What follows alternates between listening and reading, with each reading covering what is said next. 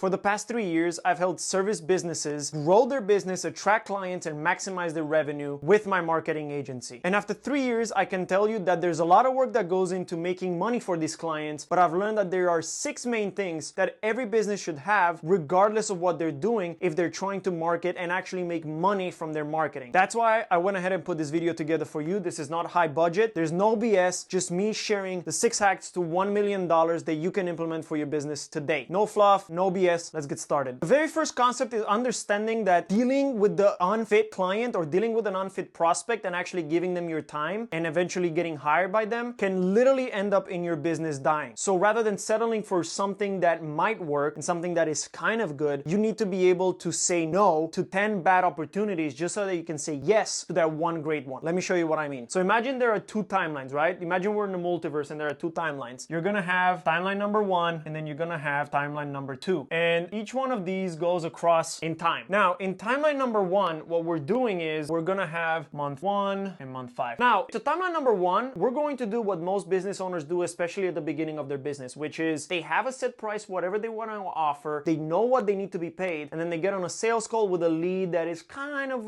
working out, but not really, and then they hit their first obstacle. Their main objection is this is too expensive. So what do? In timeline number 1, they go from their $10,000 price point down to $2,000 a month. So this is what happens. They charge $2,000 the first month. By the time they reach the 5th month, they've been paid only 20% of what they really needed to be paid in order to fulfill that client. And what happens is they weren't able to deliver because with $2,000, you cannot deliver the same results that you would with 10, right? You just don't have the money to invest. So what happens in month number 5? That client leaving you at $0 a month. So you made 1, 2, 3, 4 months worth of revenue, $2,000. You made $8,000. You haven't really helped the client. They left you. No referrals, no nothing. You have to start from 0 again, right? And you were so busy that dealing with that client that you weren't really even making enough money to go and chase other new clients. Now, what ends up being happening here is that you keep settling for lower leads, lower prices. You never end up getting the kind of clients that you want to work with. You never really produce the kind of results that you want to produce. Now, in timeline number 2 in this multiverse of business, what happens is you stick to your guns and you have multiple sales calls. You pitch your $10,000 service or product, and then by the end, if they say this is too expensive and you walk them through the objections and it still is such a big objection that the people don't want to work with you right at the 10K point, you say, okay, it just doesn't seem to be a right fit for us. Maybe sometime down the line we can work together. But what happens is month number 1 is going to be tough. You're not going to be able to close, especially at the beginning, right? You need to get many sales calls in order to finally get somebody to pay you what you need to be paid. You might be struggling even for 3 months. I've had 3 months where I've had absolutely no business at the beginning. But what happens? You keep going, you reach out to 100 people every day, you run your ads, you run your outreach, you do your content. Eventually, you're going to have enough sales appointments to where one of the people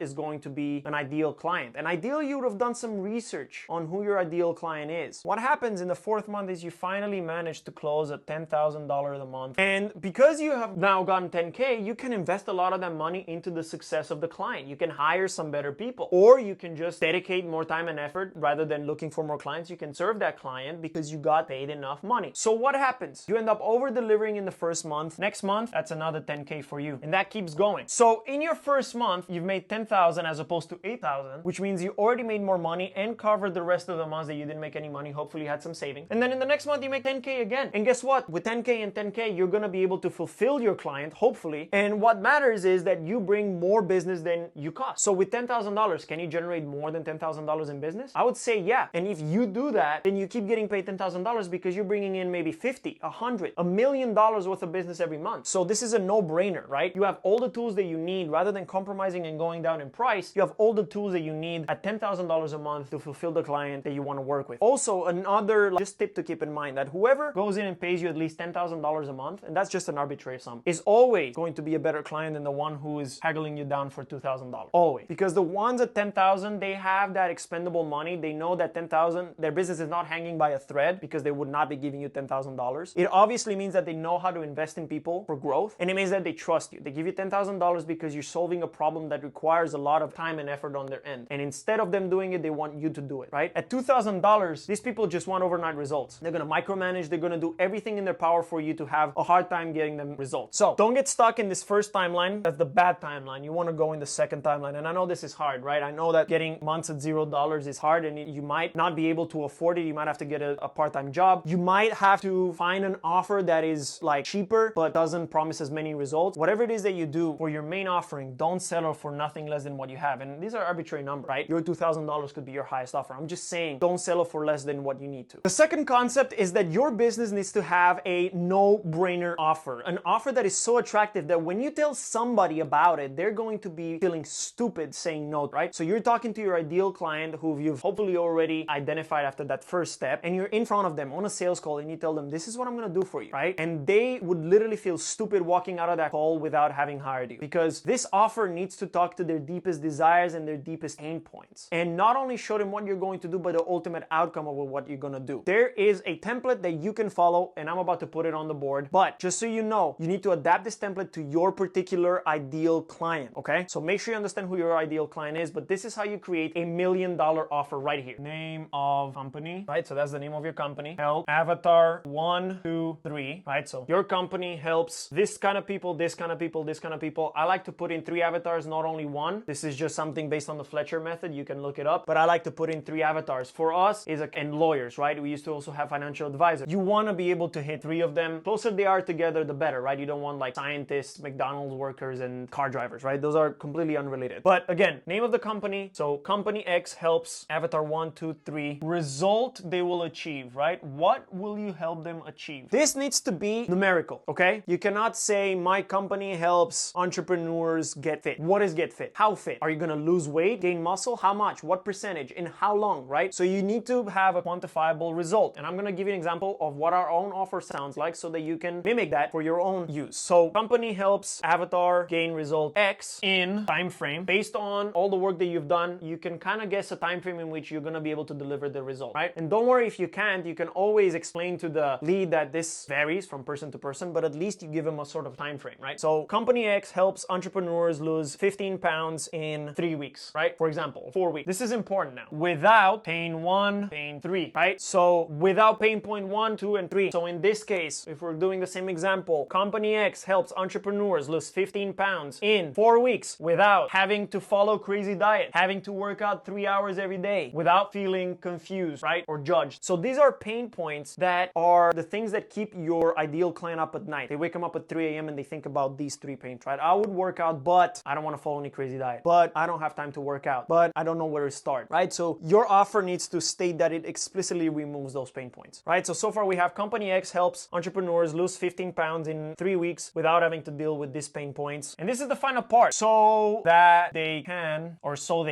ultimate result. Ultimate result and result are different. The result is you want to lose 15 pounds. The ultimate result is you want to feel more attractive, or you want to find your life partner, right? Or whatever. This is an ultimate result. This is the deeper desire that you have, right? Everyone wants to get in shape and look better, but why, right? There's some insecurity deep down that they don't like the way that they feel, right? So maybe their mental health improves. What is that deeper result that they want that they are going to achieve through your offer, right? So once again, company X helps avatar 1, 2, 3 achieve this result in this time frame without this pain point so that they can achieve this ultimate result, right? And I know that my handwriting is disgusting, but you can copy this and create an offer for yourself. Our offer is Prospect Prestige helps lawyers, accountants, and consultants attract 15 clients in 90 days without relying on referrals, without dealing with unfit prospects, and without having to do any marketing yourself so that you can scale your company and maximize your revenue. So that's pretty much what we do. Copy this, make yourself a $1 million offer today. All right, next. Most people that you're gonna work with will not be able to see your vision. And so my third point, and one of the most important elements in marketing, is how are you going to help leads see the path to success? How are you gonna help them bridge the gap between where they are to where they wanna be? And the answer is, don't tell them, show them. You need to have a roadmap to success, a map that your leads can follow from where they are right now to where they're gonna be. This is how you're gonna show them how to get to heaven, to more money, more clients, a better body, whatever it is that they wanna achieve, okay? So you need to have a roadmap to success. Let me show you how. So most people don't know how you're gonna take them from sad to happy. So right now they're sad, they have a problem, and you're gonna tell them that you're gonna make them happy at some point within a certain time frame. But this is like kind of giving your friend a location without them being able to GPS. So just tell them, right now you're in New York and you're trying to get to Chicago. You have the start and end point, but if you don't have a GPS, or unless you're amazing at dealing with like road signs, most likely you're not gonna make it from New York to Chicago. Maybe you're gonna have to ask some people on the way what to do. You just can't see it, right? But if I tell you right now you're in New York, and I'm not making a sad face, just because it's New York. Just an example, right? In New York, and you're going to do the following. You're going to take a left turn, you're going to take a right turn, you're going to drive on this highway for about 5 hours, and then you're going to take another turn,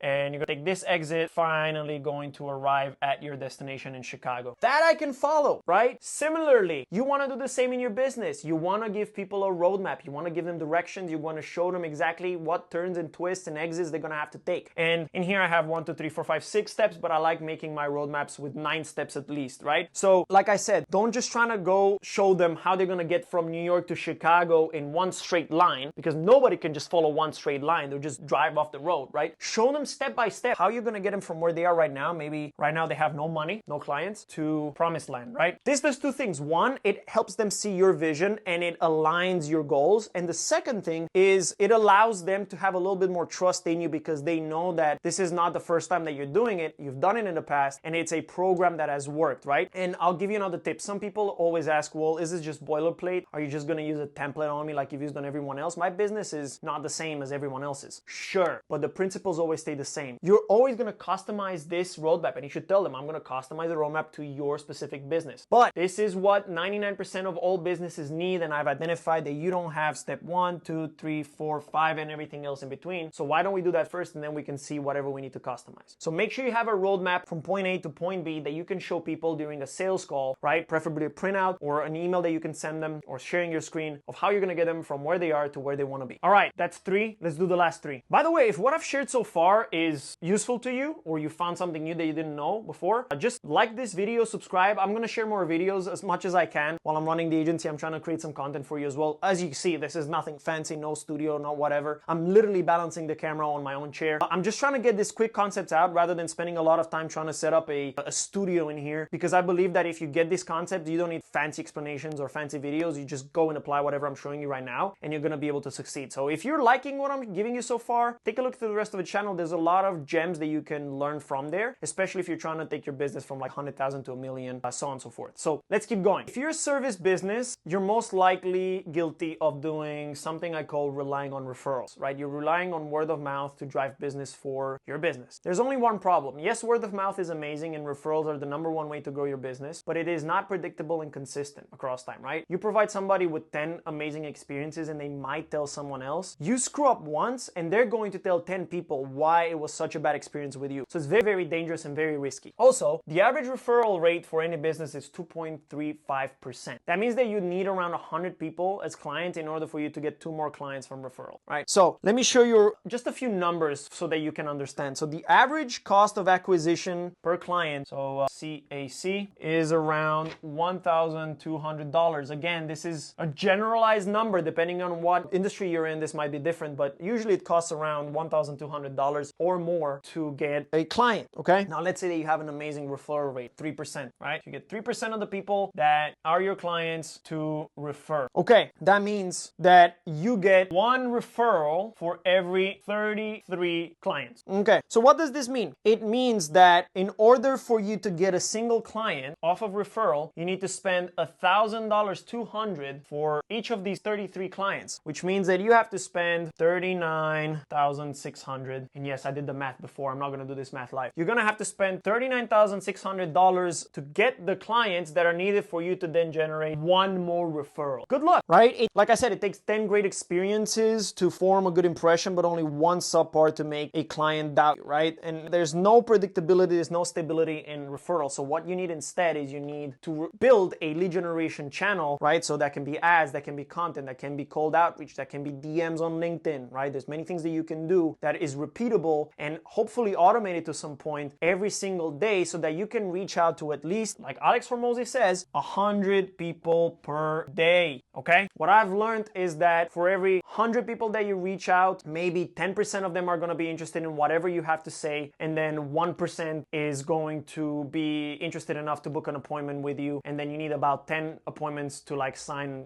5 clients. So you need about 2 appointments to sign a client. So what does this all mean, right? Referrals are expensive, they're not predictable, and they're not consistent, which means that you cannot rely on them for you to grow your business. And most service businesses tend to rely only on referrals. What I would do is make money from the clients that you already have and set up a budget, right? I would say at least 10% of all the money that you make into a new lead generation channel, a client acquisition channel. I can't say what would work best for you. Ads can work amazing if you have somebody that can create content, but you need to not rely on referrals, because you see why. It costs a lot to get a new client from referrals, and it takes a long time, and it's not predictable, and your business might die because, let's face it, not everybody has great customer satisfaction rate. So don't rely on referrals, okay? Let me share the last two with you. My mom used to say that I had horrible writing, and she was right. So I hope you can see what I'm putting on there. If not, I hope my speech makes it understandable. Anyway, let's see. Okay, this is a great one. The next one is one of the topic that almost all marketers and business owners like to hear about, which is ads. I just told you not to rely on referrals. You need to now generate leads through a new channel. Here's my personal favorite #1 lead generation channel, ads. Ads are amazing for the simple reason that after a while, you can almost predict exactly how much money you need to put into ads in order to output a certain number of clients a month, right? So after you test a few ads, your cost per lead is going to be pretty much stable within $1 to $2. So you know if you put a certain amount of money into these ads, you're gonna get a certain number of leads who are gonna turn into a certain number of appointments, and then from those appointments, you can close a certain percentage of them. So if you wanna get 3 clients, you know exactly how much money you need to put at the beginning of the ad for you to generate those 3 clients, okay? Let me show you how amateurs run ads, and it breaks my heart, and then versus pros. This is how pros share their ads, and you can search 10-hour masterclasses on how to do ads, whatever. If you understand these principles, you're pretty much set, okay? Let me show you. So here's the amateur way to run ads, which doesn't make me happy. Here's how to run ads like a pro. It makes me obviously happy, right? So let me share with you. This is how amateurs right here usually do it. What they do is they create a single ad right here, create one ad. And what they do is they test one creative, which is the image or the graphic or the video that goes in the ad, one headline, and one piece of text that goes along with it, like primary text that goes into paragraph form, right? And also what they also do is all placement. They just throw that ad everywhere on Facebook and Meta, everywhere. Doesn't matter if it's like completely unrelated to whatever they're trying to do. They put those ads and those bad boys everywhere, okay? Not only that, but ad level, they commit these mistakes. At audience level, they throw in, right? So at audience level, they throw in multiple interests. What does this mean? This means that whenever you're selecting the kind of interests that you want to target, right? So when you're targeting audiences on Facebook ads, especially, you can basically tell Meta what are the type of things that your desired target audience is interested in, so that you can place your ad in front of them, right? Now, what most people do is they select like 5 or 6 things and put them all together as an interest in order to grow the size of their audience. And that is very, very dangerous. Okay, so here's what you need to do. Well, here's why this is dangerous. Here's why doing this is dangerous. #1, you're not testing anything at the creative level, which means you don't really know if anything is working or not, or if something else could work better. You're only testing one creative, one headline, one text. How do you know if that's the best that you can do, right? Maybe you're just wasting money on an ad. And you're multiple testing different audiences in one. So you're never gonna know the actual audience or the one interest that you should be targeting in order to get the most bang for your buck, right? So here there's no testing, and testing done in a bad way. Now, if you wanna make me happy, here's what you do. You get at least what I would say,